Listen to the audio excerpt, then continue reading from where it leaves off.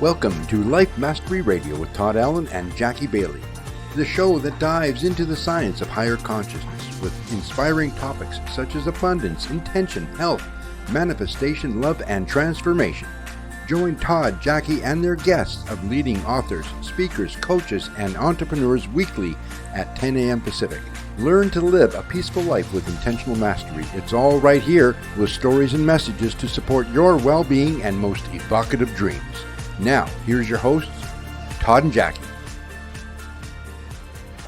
Hey, it's another groovy day, and there's a couple of reasons for that, and the biggest reason is Life Mastery. Your life. It's Life Mastery Radio Day. I get to hang out with the leading authors, speakers, coaches who are on the cutting edge of their own becoming and sharing that with you. It's also groovy because I made it that way when I started my day. I opened my eyes and it's already a groovy day. So no matter what happens, where I go, what I do, it's all groovy. And it works. It works for me. Try it. You'll like it. Like Nike, Life Cereal. He liked it. You'll like it too. It's groovy, right, Jackie? Absolutely. As always, I have. So I said, especially Cinnamon Life. Really? That's my favorite cereal. Is it? We have more in common than I thought. As always, I have my co-host with me today, Jackie Bailey of the Speak Feed Lead Project. She's a busy lady. Catch her if you can. Google her. She's got lots cooking. What you've got so much going on, Jackie. What's hot? What's a hot topic? Today at 5:30 Pacific, I am speaking on the Week of Kindness and Gratitude Summit and gift giveaway. You can get my free gift just by registering for the free event and hearing my presentation today. Or you can become a VIP and you can get an even better gift from me, which is an ebook as to how you can live happily even after. And then this Thursday, we are officially launching my newest collaborative book, which is Developed Through Darkness. We had the producer of that book, Or Quick, on a few weeks ago on the show. And our official book launch is this Thursday, and you can get the Kindle version of the book absolutely free on that day. And then join us for our launch party on Facebook between 3 and 6 Pacific. So Today, Google Jackie Bailey, you'll follow the links. Wait a sec. So what was the title of the ebook? I had a brainstorm. Happily even after, even when trauma happens more than once upon a time. What hit me was feeling groovy even after. Feeling groovy even after. Popped into my head. I'm going to remind our listeners that today's show page is at www.lifemasterradio.com. You can go there. We have links to our guests and links to our guest. It's not plural. We only have one guest today. And anything else that we talk about will be posted there while you're on that website. You can sign up for the newsletter. Jackie creates a newsletter every week, and it highlights who's been on the show, who's coming on the show, and a blog post about the show for that week. So it's really cool. It's very informative, and it is all about everything Life Mastery Radio. So check that out. While you're there, you can follow the link for both of our books. My book, 6 Keys to Life Mastery, and we haven't put up Jackie's 5 other books, but the one book is right behind you there. You see it in blue. It's the back leadership, there. but the rest of her books are all nice and neat. Pretty cool. We got to get those links up. So maybe you could send those to me and I'll make sure they're on the website. Let's see. We got an exciting show for you today. We're talking about all things transformational, I think. And Jackie invited Sabine on the show, so that means you got the introduction. Take it away. Yes, thank you. Sabine was on our show after her book was first published, and we were guessing it was about 2021 timeframe, I think.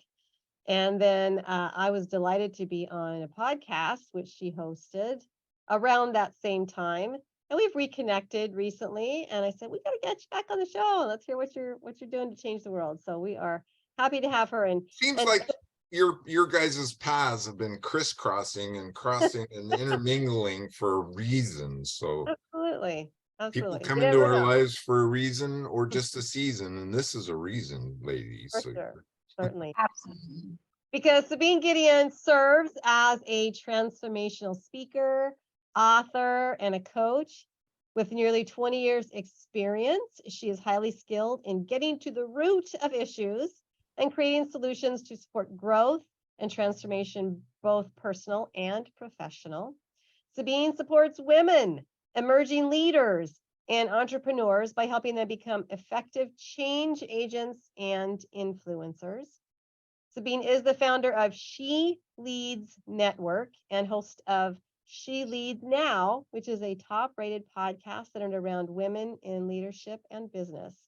And both exist to empower and equip women leaders with the strategy, resources, and self-belief needed to create fulfillment in every aspect of life. She has a Lead Like a Coach 4-week accelerator program, which our readers have access to through our newsletter. So if you are not a subscriber of our newsletter, you are missing out, and you need to do so so that you can check out this link for the Lead Like a Coach 4-week accelerator. So welcome back to the show, Sabine Gedeon. It's great to have you here. Thank you, Jackie and Todd, for having me back. Clearly, I didn't say anything that was inappropriate enough that I gotta invite back. I'm really excited to be here with you two and with your audience today. Yeah. So since we last talked, I don't think we've settled on a time frame yet, but we should have looked that up. My deepest apologies. But what has changed? What has updated? What have you been through? I know for me it's just like this big blur, but maybe you could highlight it for us. Yeah, blur is an appropriate categorization of these last few years. So I want to say it may have been later 2020. Again, blur seems appropriate, but whenever. But definitely in 2020 is when I released my book, Transform the Journey to Becoming. And at that time, the book really chronicled my life up until that point, or aspects of my life, in which I had, experienced these moments in the transformation chamber, as I like to call them, where they were traumatic experiences, painful experiences, identity shedding experiences that I had, and how I moved through them. What was that? Wait, we got to dig into that one. Yes. Identity shedding. Yes. And you have to be careful that you don't say it too fast and get tongue-tied with your words. That too. Let me pronunciate. Shedding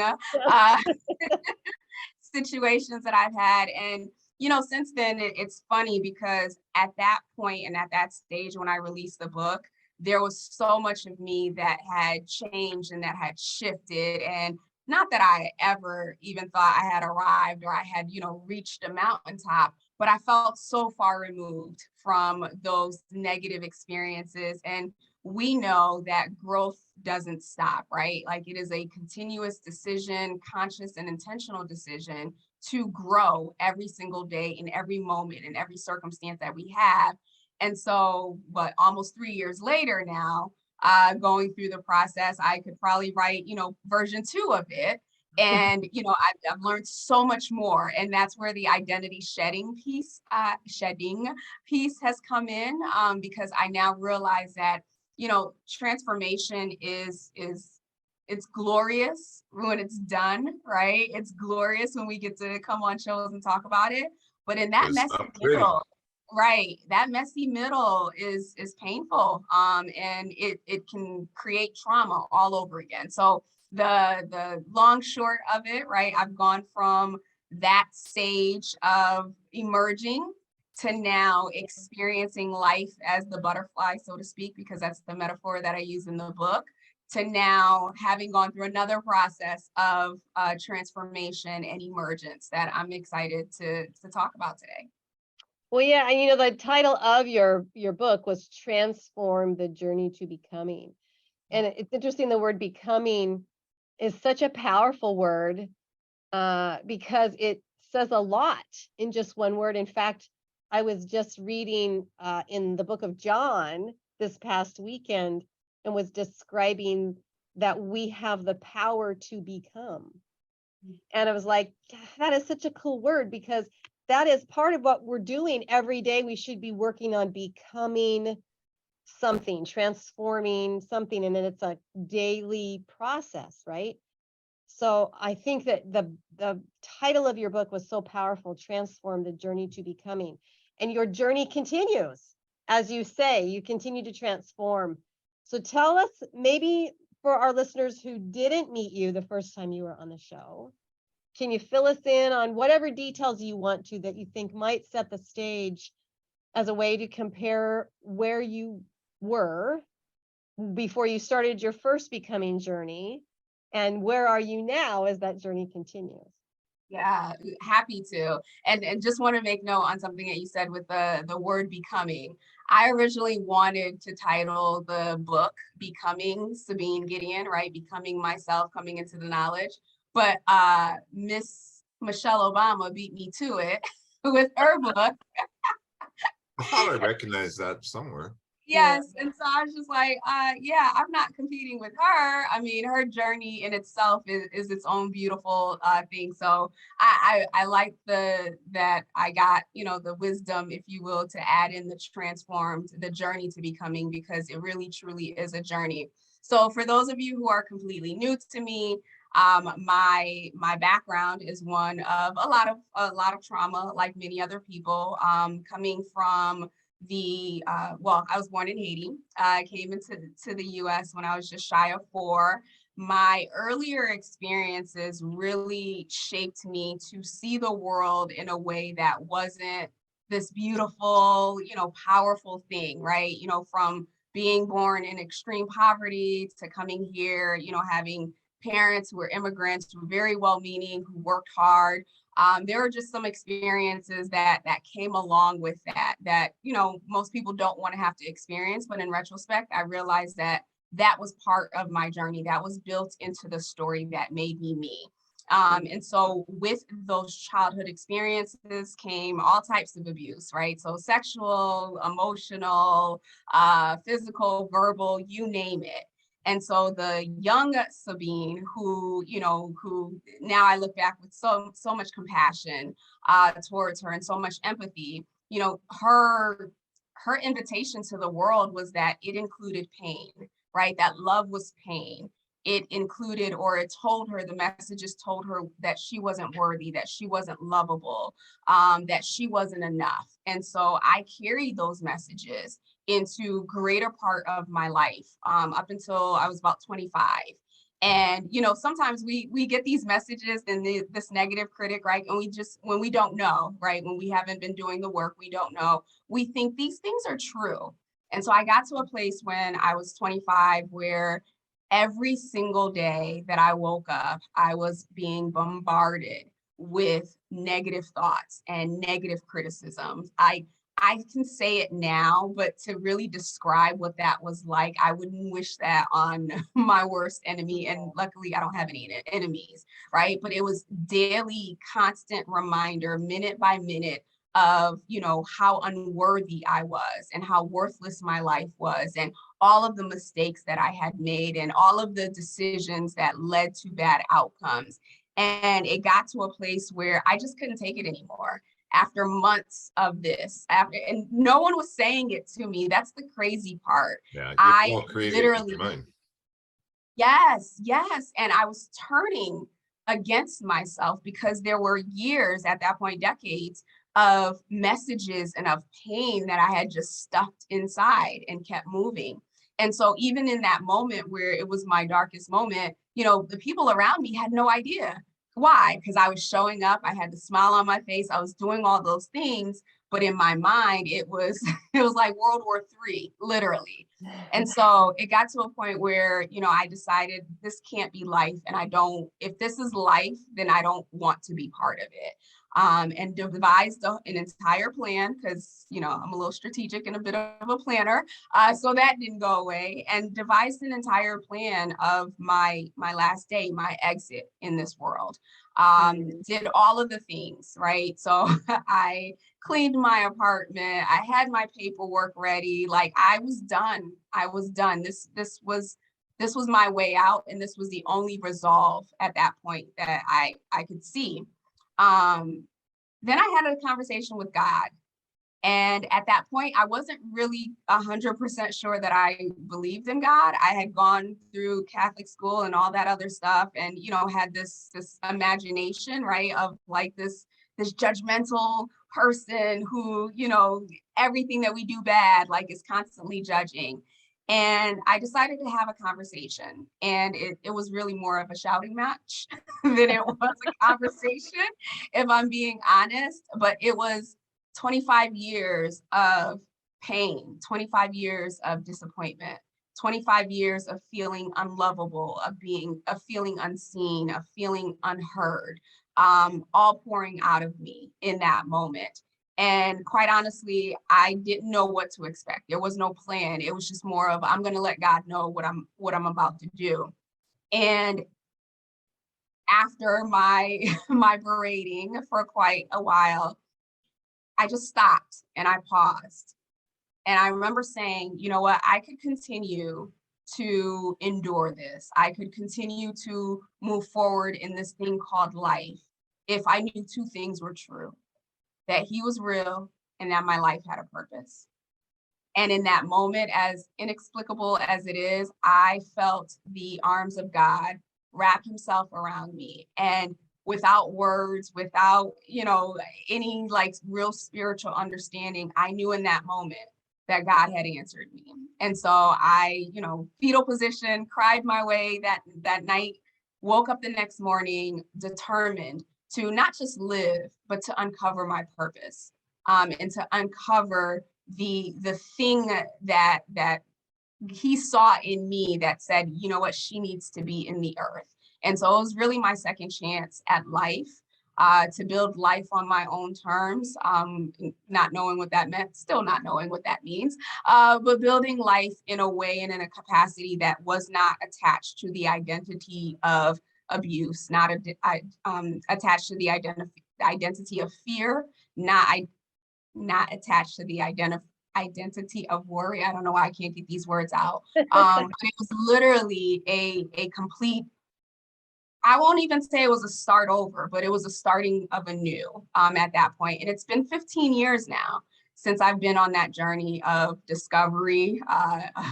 multiple laps in some years, right? And multiple lessons that I had to learn. But it's been an amazing journey, because who I am today, I have that answer that I so desperately needed. That was the catalyst to me becoming who I am. I can confidently say today, I know that he is real. I know what the purpose is for my life. And I know that those experiences were just that. They were experiences. They weren't definitions of who I am and the greatness that is within me. I'll pause there. Wow. Well, it's interesting because that's a great description of a divine intervention. But what I'm really curious about was your mindset. Were you open to a discussion, or were you in just such a state of desperation that it opened your heart to be able to accept that discussion? Yeah, I think it's the latter. It was definitely a cry of desperation, that led me. It was just like, unfortunate that we have, isn't it, just blows me away that we have to get to that point in order to receive that guidance or to get that inspiration. But you're not the only person that I've heard this exact thing being described, and it almost seems like, you had to go through what you had to go through so that your voice could be heard by others who are going through the same thing. yeah, that is definitely my prayer. And what I've also noticed is that there's a lot that we go through and that we experience, even in our adult lives, and even when we've healed from traumatic experiences, right? the people around us who surround us are essentially, projections of us, right? Or reflections, I should say, that's probably a better word, reflections of us. And it's not uncommon for us to walk around blinded by truth or possibility, because when we look in our environment, we look at the people who are closest to us. If that seems normal for them, we're going to believe, oh, this is normal. Like, this is how people feel. This is what people experience. It's not until you get to that point of desperation, or until you get to that point of saying, wait a minute, there's got to be a better way. There's got to be a different way, that you have that moment of thought that we can begin to shift to something differently. Yeah. And How we have look, people, oh, go ahead, Todd.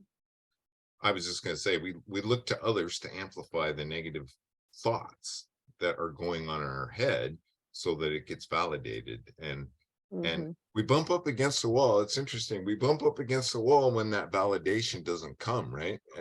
And people say, you need to get some faith, or you need to get some hope, and get out of that mindset, because it's just not true, right? They don't see the truth in what it is you're trying to rationalize.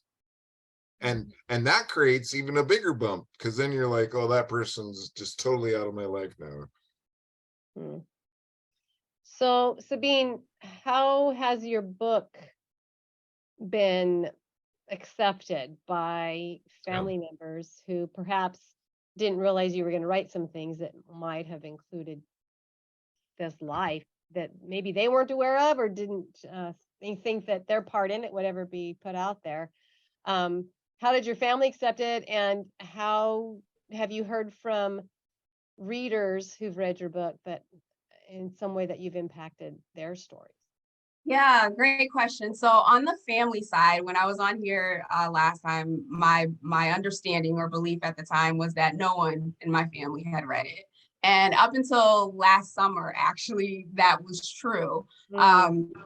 Until my sister came to visit me for a week in the summer. And while she was here, because I got it stacked back there, she grabbed a copy and started reading it. And as she was reading it, of course, there are things that she wasn't aware and that she didn't know. And we had this moment where she was just like, I can't believe that I was so blinded, right? Because a lot of the stuff happened in the household, right, that she completely wasn't aware of.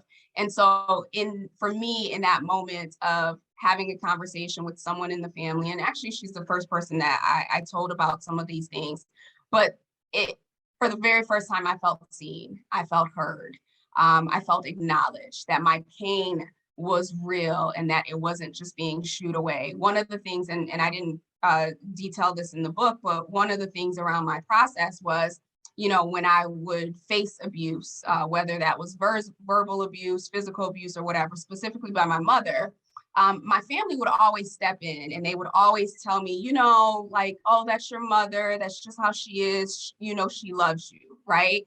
And so there were multiple instances in which I was stifled, right? In even just feeling hurt.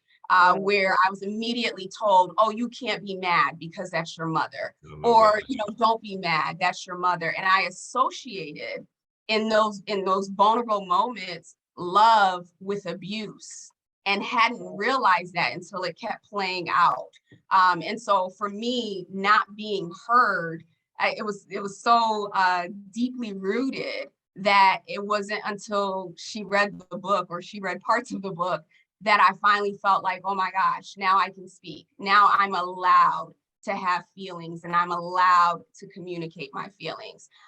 So as far as family member, that she's the only person that I know who have read it. Maybe others have, and they don't feel the need to say anything, which is completely fine, right? This is their journey. This is their process.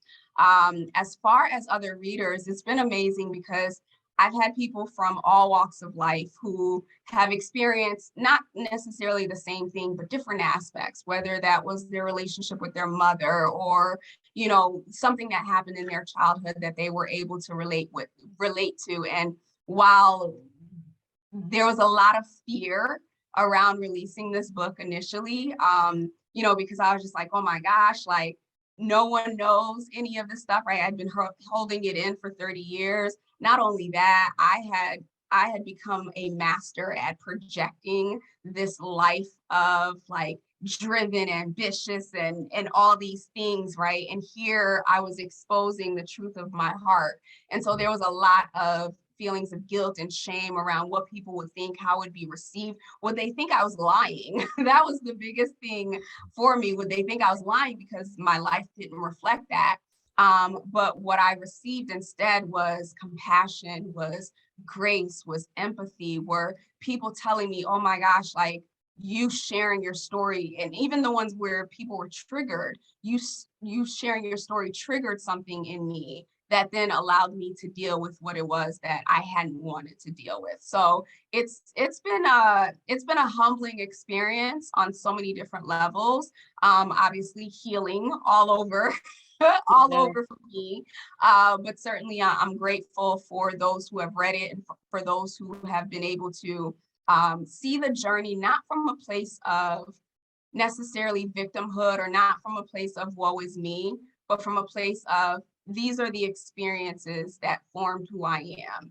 And this is, these are how these experiences have changed and transformed me into this person that looks at life differently, that looks at life from a place of hope, from a place of courage, from a place of bravery, and from a place of strength. Well, Absolutely. there had to be a certain amount of, I guess there had to be a certain amount of reflection on your part, right? What led you? Was it the book and writing the book that led you to that reflection and that healing? Or was it some other revelation that you went through that brought this to light? Yeah. So all of the above, I guess, is the short answer to that.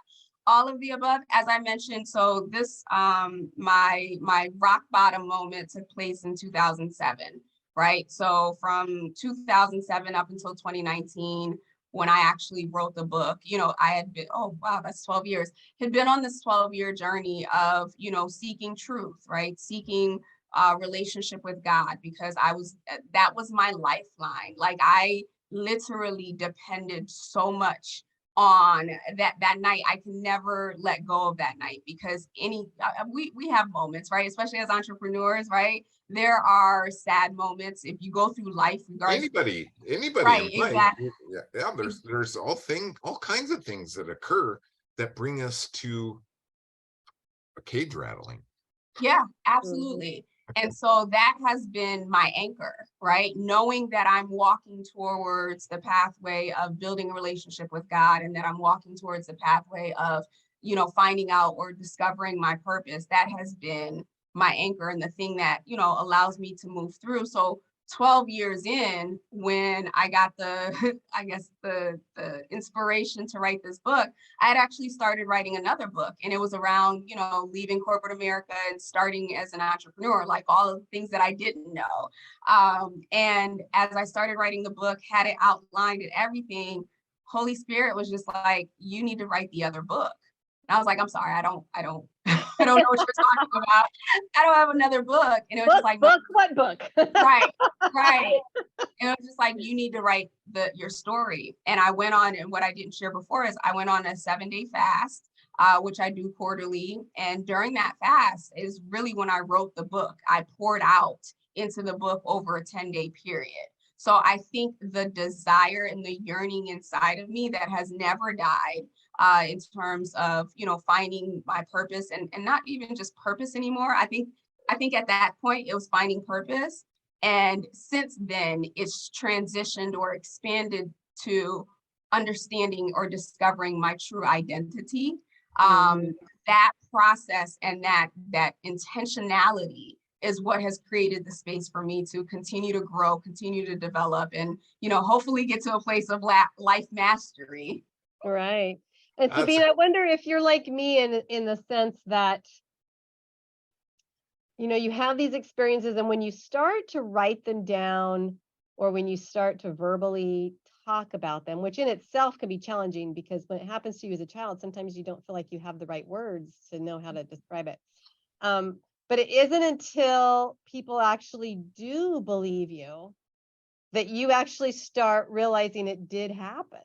Because if you're like me, there's this voice inside your head that's always like, this didn't really happen. You're lying. This isn't true. You're going to get in trouble for lying, and you're going to get other people in trouble because you're accusing them of things that didn't happen.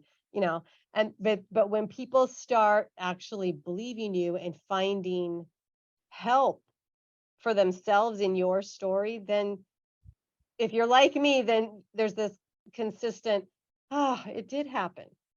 This is true.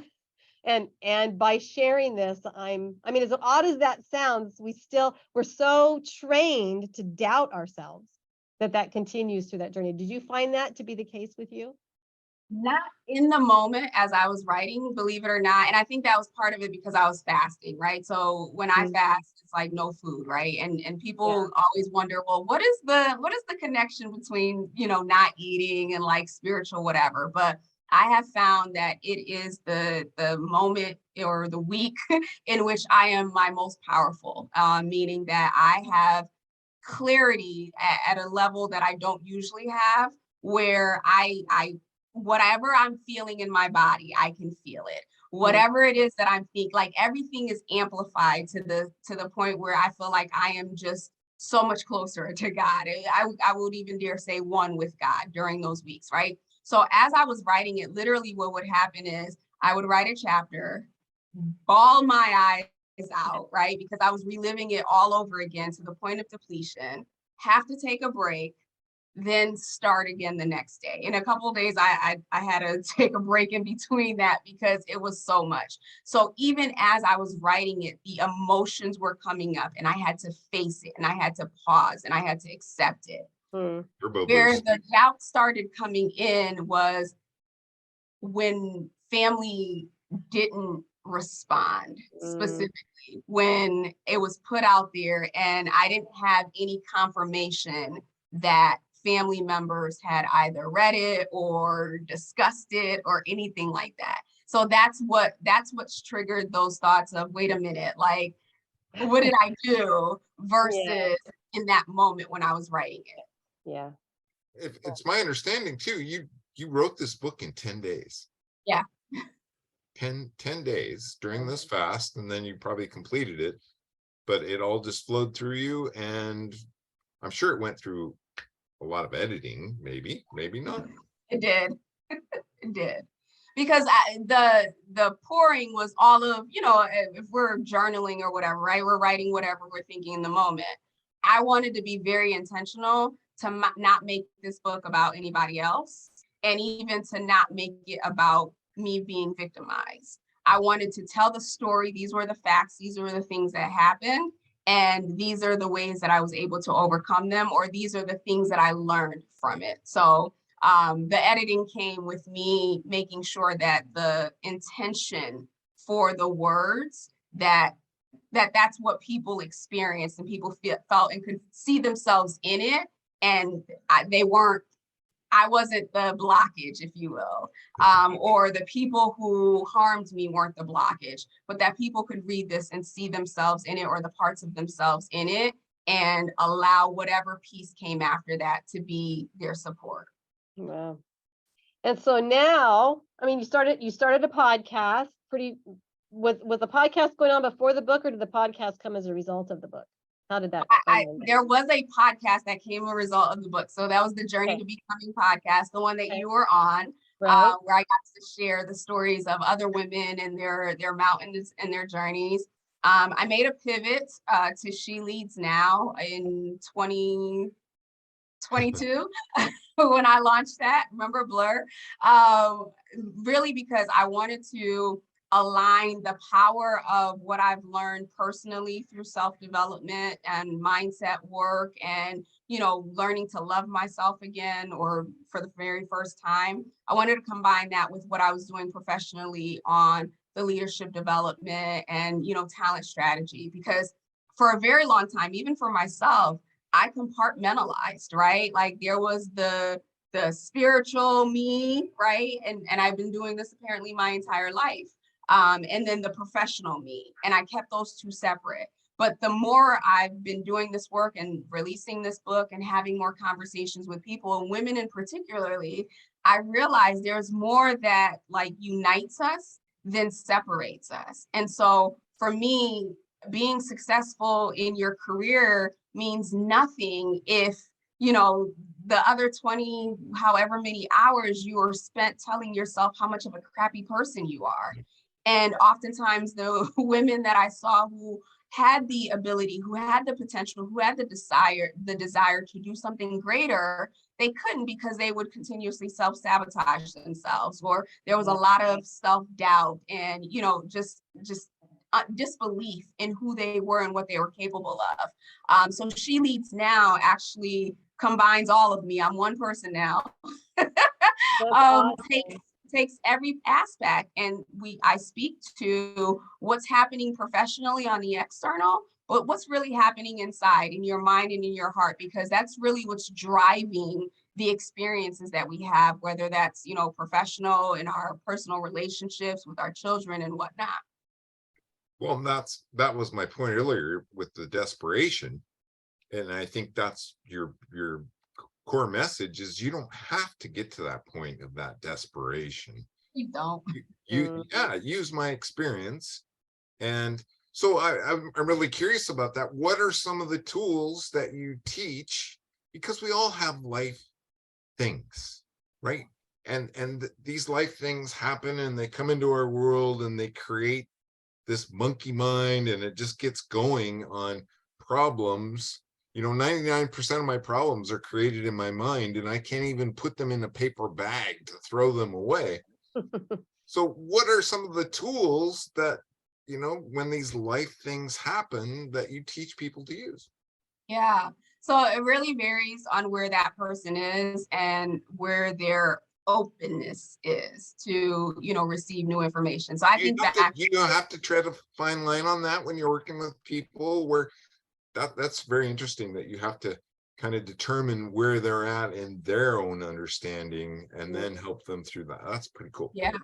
Yeah, what I learned is, and this is the power of coaching that even when I became a coach, I didn't really understand, is that there's such power in asking people questions and giving them space for their own self-discovery. We learn so much. And as a talker, I am a talker full out, right?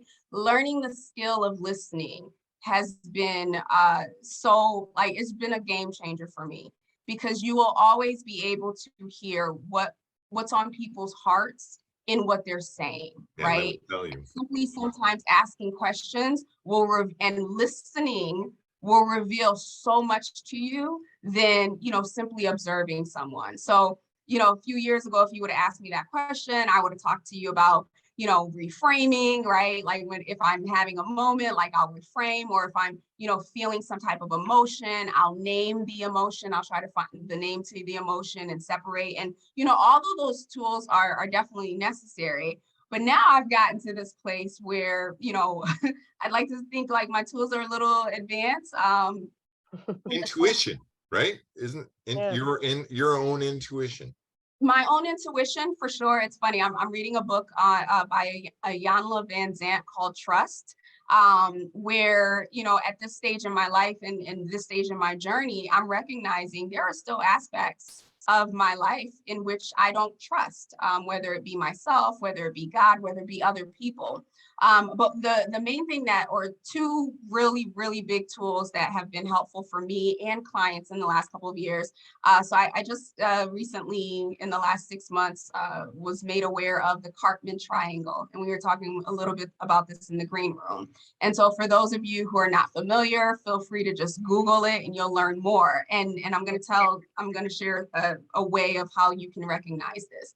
I remember my coach, when he first introduced it, he said, once you see it, you can never unsee it, right? And no powerful words have ever been spoken, right? So I'm just like, okay, cool. So basically the Cartman triangle is around the victim orientation. And so there's a victim, there's a rescuer, and there's a persecutor, right? It sounds very basic, we can see it.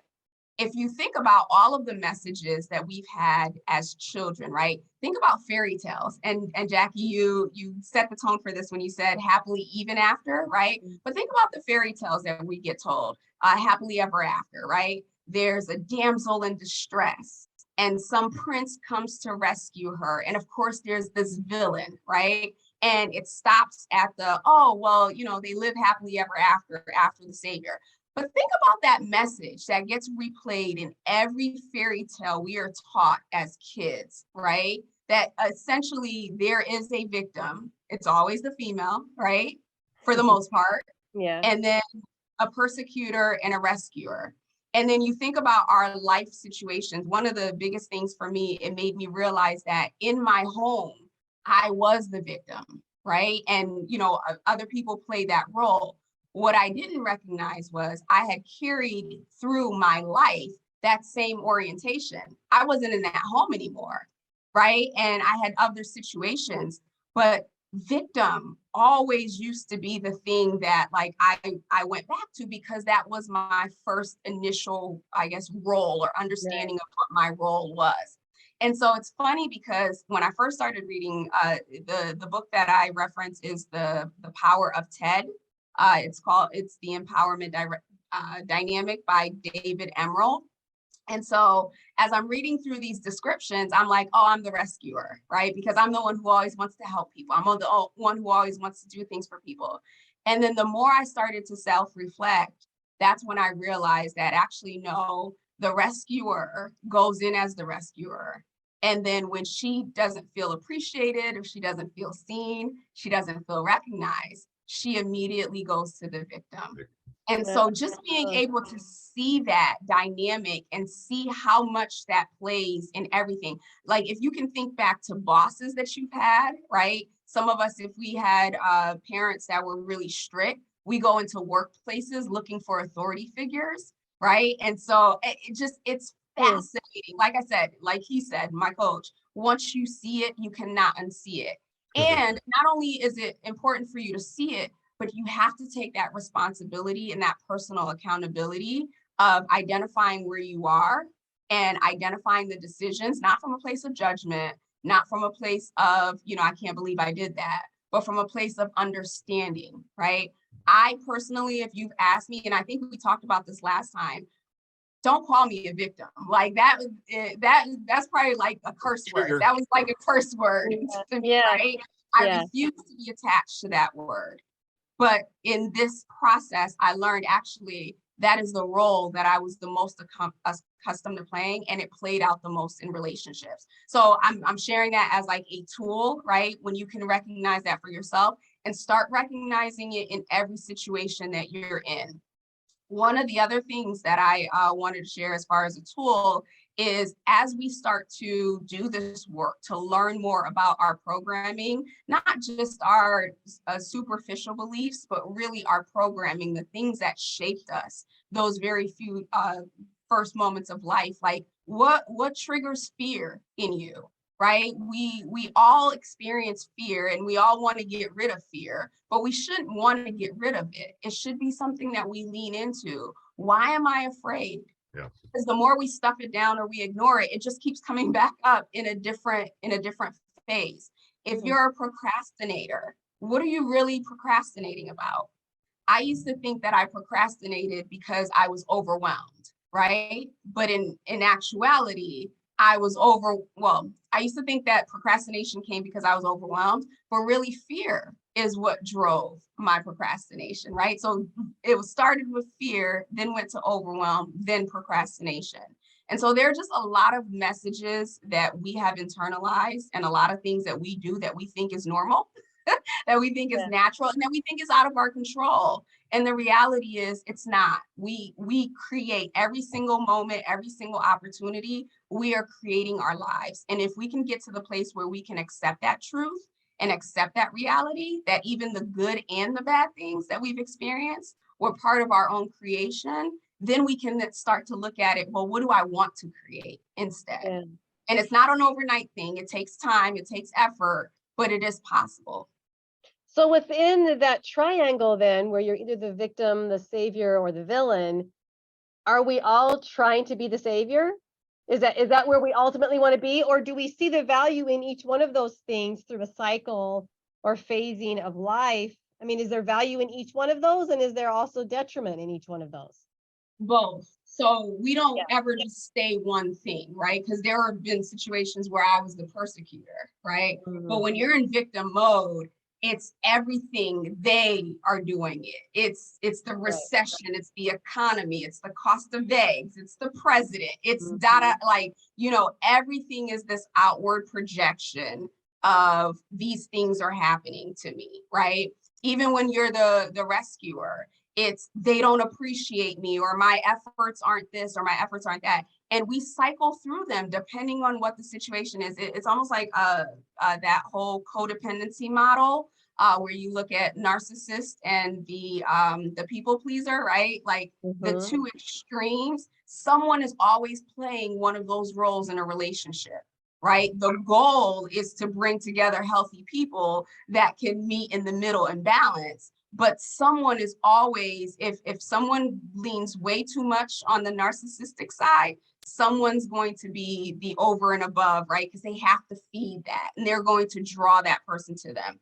So the beautiful part is, while many of us do walk around in the victim orientation knowingly or unknowingly, there's this other triangle, right? That counterbalances it, where instead of being the victim, you now become the creator. So life is no longer happening to you. Circumstances aren't happening to you, but that you get to step into the place of, how do I choose to respond to this versus, reacting from it or coiling from it. Yeah. Same thing for the challenge, or for the persecutor and the rescuer.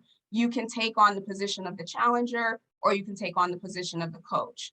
The shift in mindset is that, again, life is not happening to us, but that we are creating it in every moment. And when you can step into that mindset, which, again, I will be the first to say, easier said than done, but it takes intentionality. When you can step into that, you can have a bad day. I'll give you a perfect example, and I'll stop here. Last week, I was launching a new program, the Lead Like a Coach, or maybe it was 2 weeks ago. I was launching the Lead Like a Coach. The day before, my website crashed. It didn't crash. Somebody got in. And so I had like an intrusion, right? So I had to pay extra money, wait for them to get that fixed. I had a virtual assistant helping me with all of the digital assets. Like, she submitted everything last minute, and there were a whole bunch of changes that needed to be made. So here I am Monday morning, like really, really excited about this launch, and everything that could go wrong with it went wrong. The sky is falling. The sky is falling. Yes. And a past version of myself, I would have been like, oh my gosh, you know what? I shouldn't have done this. This is a sign, da, da, da, da, da. But this time was kind of like, okay, Sabine, you created this. Why did you create this? Actually, my first, if I'm being honest, my first thought was, I didn't create this. Of course not. How could you be responsible? There's no way I created this. And then I took the time to say, okay, Sabine, you created it. What about this? Was it like, what did you need to learn through this process in creating it? And I truly believe that I just needed to be able to be at that place of awareness and understanding in what seemed like a chaotic situation, to be able to just center and be like, you created this. You can create something else and just move forward. And what might have taken me days to get over, literally less than an hour. Wow, that's amazing. So with your She Leads network, then you are providing programs? Are you coaching one-on-one? How are you most interacting with people to help them? With 3 words that you used before the show, which I loved, is to reimagine, redefine, and rehumanize. You want to explain what those mean and how you work with your clients? Yes, absolutely. And thank you for that, for the opportunity here. So She Leads Network is a broader network that I've created to bring together women leaders, right? And by my definition of leadership, it's not attached to a role. It's not attached to any specific level, right? We are all leaders. It is our inherent capacity. And so for women in particular, this is not necessarily always the truth that we hold on to, because we believe like, oh, everyone does what we do, or this is nothing, right? And then in fact, whether it's the household, whether it's in the community, whatever it is that we're doing, we are leading in some capacity. And so She Leads Network brings together women who want to leverage their leadership in their workplace, in their businesses, in their homes to be more effective and to expand their influence and their impact. And so within that, there are 3 levels.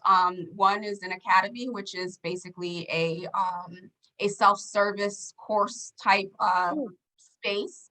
And then the other one is the community, where we come together collaboratively. So you have the opportunity to connect with like-minded women who are looking to advance as well, with some group coaching. And then the collective is where there's more one-on-one. And so depending on where you are, right, because I firmly believe that not everybody's in the same space. And going back to Todd's question, I gauge how much I introduce to people based on where they are. You know, you can start to build up your muscles. You can start to build up your own empowerment muscles, your leadership skills, your ability to influence, and your ability to really drive the change that you want to see. Wow. Describe that feeling for us, Sabine. That feeling of when you're working with somebody and they get it. How does that make you feel? Oh my goodness. Joy is the word that comes to mind. It is an absolute joy. You know, especially for someone who spent so much of their life like bound, so to speak, right, in the place of darkness, to see someone like come into their own light or their own awareness of their greatness, like that just brings so much joy. Yeah, it's a big deal. So, you know, we only have about 4 minutes left. And I was, while you were describing things, I was thinking, you know, in today's society, and because of going through COVID, we have created a bunch of victims, right? Did you get that feeling too? I mean, and it's like they're mulling in it. What is the solution? What is the cure for society today? Yeah, well, that's a big question, Todd. I don't know if I have sure. But one thing that I will say is, you know, this is not to create division by any means, but you see, based on what's happened in society, for the people who took the time during the last couple of years to really reassess their life, really reassess their priorities, what's important to them, what are their dreams, you've noticed that they've made big shifts in their lives, right? So these were like I'm climbing up the corporate ladder and I'm going to do this, all of a sudden to, you know what, I love scrapbooking. So I'm going to start a scrapbooking business on Etsy, right? And so you're seeing, based on the people who did the work to really assess, that they have made major shifts in their lives. What we're also seeing is for the people who had the mindset of, I just want this to get over with, right? I just want us to go back to normal. I just want things to be the way that they are. Unfortunately, they have remained stuck, and they're the ones who are struggling now because we're experiencing a new normal that they are not equipped to experience. You look at organizations that are looking to invest all of this money in mental health and all this money in development and all this money and whatnot. I think that's good, right? That'll be helpful. But until leaders or individuals start to really say, you know what, I got some work to do, until you're vulnerable enough with yourself and even courageous enough to look at the ugly and the dark in you, then you're stuck. And we have, unfortunately, leaders at all sectors of our society who are stuck. And it's not just that they're just stuck in 2019. They were stuck before the pandemic. Yeah. Now they're really stuck in this time zone. And unfortunately, you know, we were just talking about AI a few minutes ago, right? With other things that have happened that have come up, like, I fear for these people, literally fear for these people 5 years from now, if they're still looking for normal and comfortable, and safe and familiar. Oh my goodness, Sabine, this hour just flew by. I think we just have a couple of minutes left. How do we find you? Where do we go? Yes. So you could always find me on my website, SabineGedeon.com. And it's not www, it's HTTPS // just Sabine Gedeon, and you'll find me. And if you want to learn more about She Leads or the Lead Like a Coach training that I have going on, you can go to sheleadsnetwork.com. You'll also be able to listen to the podcast there as well. And I will definitely, no offense, Todd, but I'll definitely be having Jackie back on to that podcast as well. Cool. Yay, that's exciting. Well, thank you for all you do, Sabine. You're amazing. I'm so glad you made the decision to stick around because you have inspired thousands of people and will continue to do so, and me included. So thank you. And I hope you'll come back, because it seems like we just got this conversation started and we probably have another couple of hours. I'm so curious, and thank you so much for being you, Sabine, and doing the work that you're doing, because that's how we make a difference, right? I mean, every little bit counts. Thank you. Thank you both for creating this platform for people to heal, for people to develop, and for people to grow. It means a lot. And I know you know that, but I just want to share that. It means a lot. Namaste. That's about all we have time for today. I hope you enjoyed the show. I hope that you'll check out our YouTube channel, check out our newsletter. Jackie does a great job every week, and it really, really, really highlights everything life mastery. Lastly, please, please, please make it a great day, because it's all about choice. Choose to be you. Bye. Bye, everybody. Thank you for tuning in to Life Mastery Radio. Join Todd Allen and Jackie Bailey and their guests of leading authors, speakers, coaches, and entrepreneurs weekly at 10 a.m. Pacific. Learn to live a peaceful life with intentional mastery through stories and messages to support your well-being and most evocative dreams. Visit their website, www.lifemasteryradio.com. Join their mailing list and be notified about upcoming guests. That's lifemasteryradio.com.